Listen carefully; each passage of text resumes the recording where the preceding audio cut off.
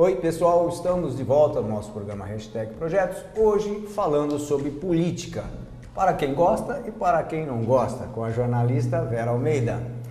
Então Vera, como nós estamos falando, acho que é bastante interessante a gente falar um pouquinho, vamos dizer assim, sobre essa história mais recente do Brasil, no sentido que isso ajuda a gente ter uma visão, né, de experiências, pelo menos, que a gente já teve, né, nos anos que se passaram, para a gente não cometer erros de novo na eleição. Então, desde o regime militar, o que você podia falar das coisas boas que houveram no regime militar? Como é que era o regime militar? Vamos dizer, era democrático, mas não era tanto? O que você poderia dizer sobre isso? Sobre o regime militar, assim, eu vivi pouco do regime militar e eu não tinha essa consciência política melhor desenvolvida como eu tenho agora. Uma coisa que eu sei do regime militar, pelo menos em relação ao PIB, nós estávamos melhor.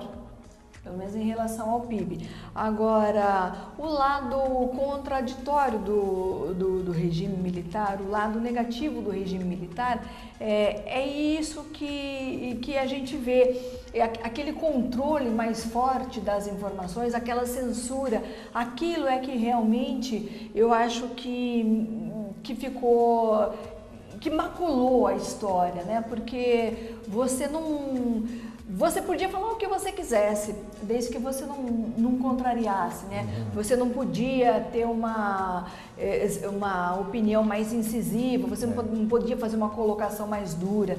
Então, tinha essa coisa. É inegável as pessoas que morreram, as pessoas que ainda hoje são desaparecidas. Não dá pra gente dizer que isso não aconteceu, né? Mas o pulso firme dos militares, não tem dúvida de que a gente tinha um PIB melhor. E eu acho que o que a gente deve aprender, o pulso firme hoje, a gente tem que ter esse pulso firme para botar o Brasil de volta nos trilhos, e a gente tem que ter, hoje é ótimo que a gente tenha liberdade de expressão, só que tem uma coisa, nós não aprendemos ainda a exercer a nossa cidadania, democracia.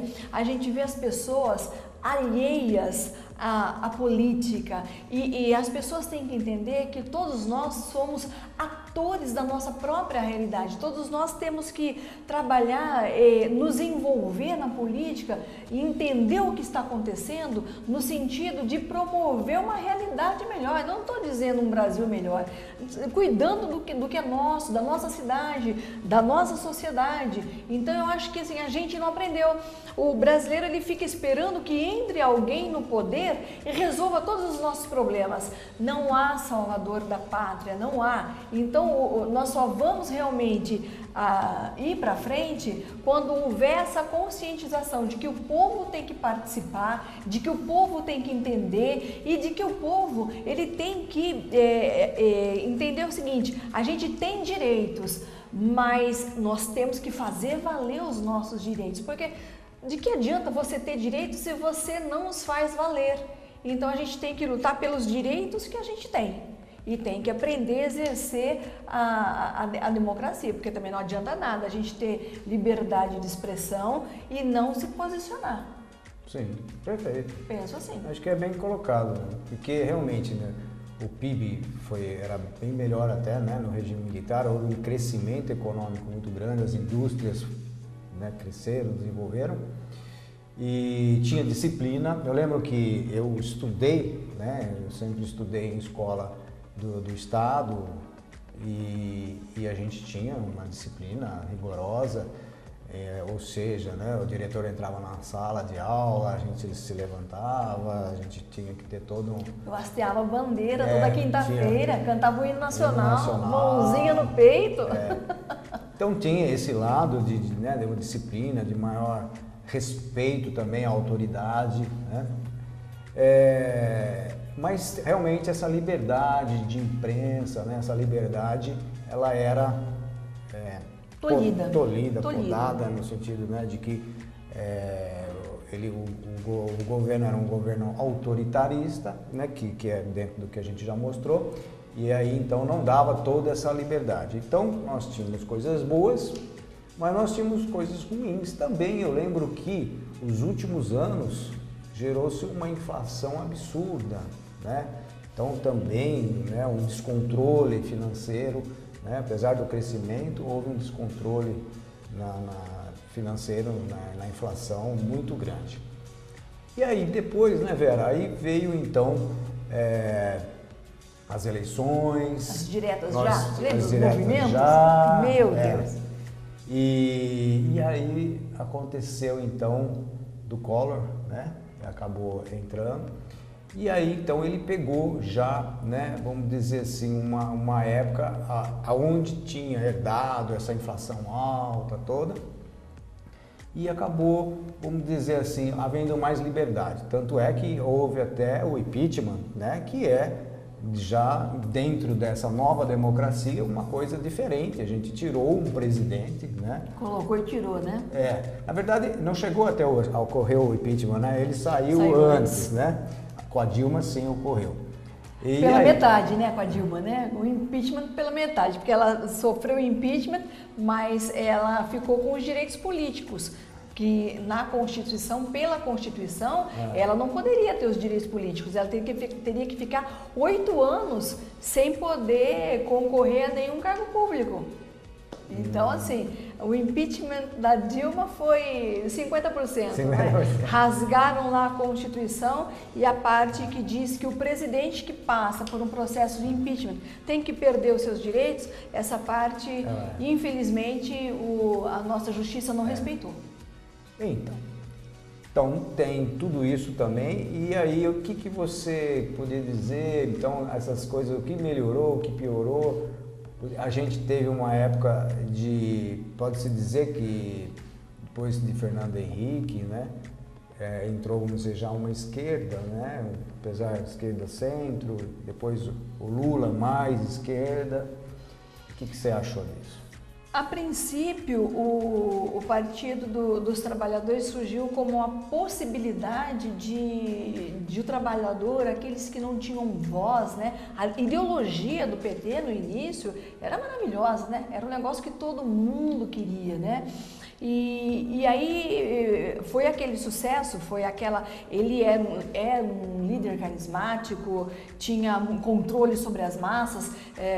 Você se lembra a época forte lá do ABC, as greves comandadas, então, enfim, tudo aquilo deu uma projeção muito grande e acabou causando admiração nos trabalhadores, porque pela primeira vez alguém como eles, trabalhador, né? Isso, não era ninguém veio ali ninguém rico, não era ninguém, enfim, era uma pessoa comum que estava ali conseguindo algo diferente, e as pessoas pensaram, vai ficar uma esperança de um Brasil diferente e melhor. Uma esperança de um Brasil diferente e melhor. Mas não foi bem assim que aconteceu. Em minha opinião, o problema foi que quando o PT assumiu, quando o Lula assumiu, ele abriu o crédito, né? Ficou muito fácil emprestar dinheiro, só que ele não cuidou do parque industrial, das nossas indústrias, e aí foi emprestando, e o pessoal foi se endividando, e tem uma hora você tem que pagar. E aí chegou na hora de pagar, né, a gente ficou nessa situação difícil, juros caríssimos, a nossa indústria não estava legal, enfim, e a gente está até hoje ainda sofrendo os reflexos dessa política errada, de abrir demais o crédito e não cuidar ali, não investir nas nossas indústrias. Eu penso, é minha opinião, eu penso que, aliás, tem que ter muita coragem para ser empresário no Brasil, né? Porque é um país de tanta instabilidade, com tantas variáveis, mas eu acredito que o melhor regime ainda é aquele onde você pode abrir para que as pessoas elas possam concorrer, para que elas possam empregar o seu capital, para que elas possam empreender, porque o Estado hoje, eu acho que o Estado tem que estar menos presente, controlar menos. Se o Estado se afastar um pouco mais, o Brasil avança melhor, eu acho. Eu acho que hoje o Estado controla demais. Perfeito. Essa é a sensação mesmo, você falou muito bem, acho que é a sensação que a gente tem. E o Lula, na verdade, o que aconteceu nessa época, que a gente percebe hoje, que ele tinha assim um ideal, né, da esquerda, né, o ideal da união dos países latinos, da América, né, então de estarem nessa luta pelo social, mas que infelizmente a gente vê ao mesmo tempo, vamos dizer assim, desde 80 e pouco, né, a queda, por exemplo, da União Soviética, né, que hoje é a Rússia, se desmembrou em vários países ali, né, a própria Alemanha, o muro, né, de Berlim, que foi... E porque, infelizmente, esse lado socialista, o comunismo, ele parece que não foi tão efetivo como o capitalismo, por exemplo, dos Estados Unidos, o capitalismo democrático, né? Como é que pode, por exemplo, assim, o comunismo, por que ele não funciona? É só você pensar, se nós temos igual, por que é que eu vou me esforçar para fazer mais e melhor? De que adianta? Não! Então, assim, a livre iniciativa, ela fica comprometida no comunismo. E outra coisa também, o comunismo é muito bom. Querem o comunismo antes, quem está no poder, né? Quem está no poder é que quer o comunismo. Quem está no poder quer o comunismo, porque ganha quem está lá. Sim. Ganha quem está lá. E aí o povo... Aquele governo poderoso... Quem está governando. Né? Os poderosos que estão governando é que ganham. Agora o povo não. O povo, vamos dizer, acaba se iludindo no sentido de que a ideologia que seja distribuída aquela riqueza, mas não tem riqueza para distribuir, né? Porque falta o capitalismo, que é aquilo que você falou, a motivação das pessoas para o desenvolvimento, né? Exatamente, para o trabalho, exatamente. para a disputa, com desafios, né? Tem que haver. Tem que haver abertura, tem que haver empreendedorismo, tem que haver incentivo, porque, Júnior, toda riqueza sai da indústria. Podem falar o que for, podem falar que determinada sociedade tem potencial para prestação de serviço, outro local tem potencial para explorar o turismo e por aí vai, mas país rico, sociedade rica é sociedade que tem indústria.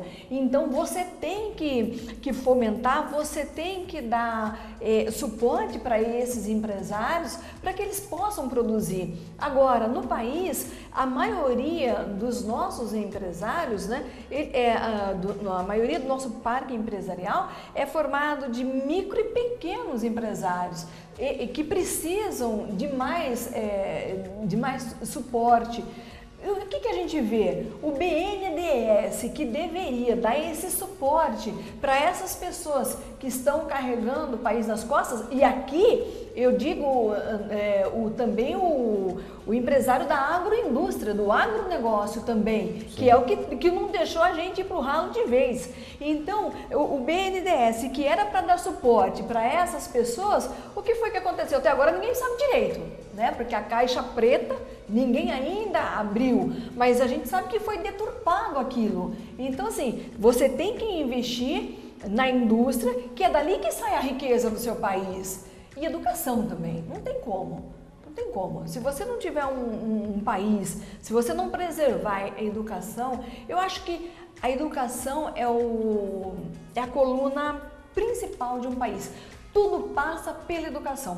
Quando você tem uma boa educação, você tem um povo que é consciente de seus direitos e deveres.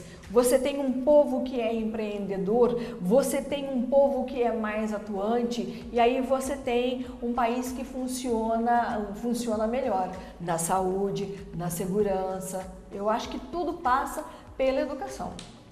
Que bom, eu acho que também, eu concordo com você que a educação é o início, pelo menos, né? A primeira, tendo educação, as outras coisas vão funcionar, né? Como você falou, nós temos várias prioridades E a gente já está terminando esse bloco, o segundo bloco. Daqui a pouco nós vamos voltar. Ah, mas assim não dá. Assim não dá, Júlio. Essa é 1 hora de programa, muita gente acha bastante, mas a conversa é boa e aqui o tempo vai acabando. Mas a gente pode dizer que depois, vamos dizer, juntamente ou logo em seguida, educação, nós temos saúde, transporte, importante, habitação, emprego.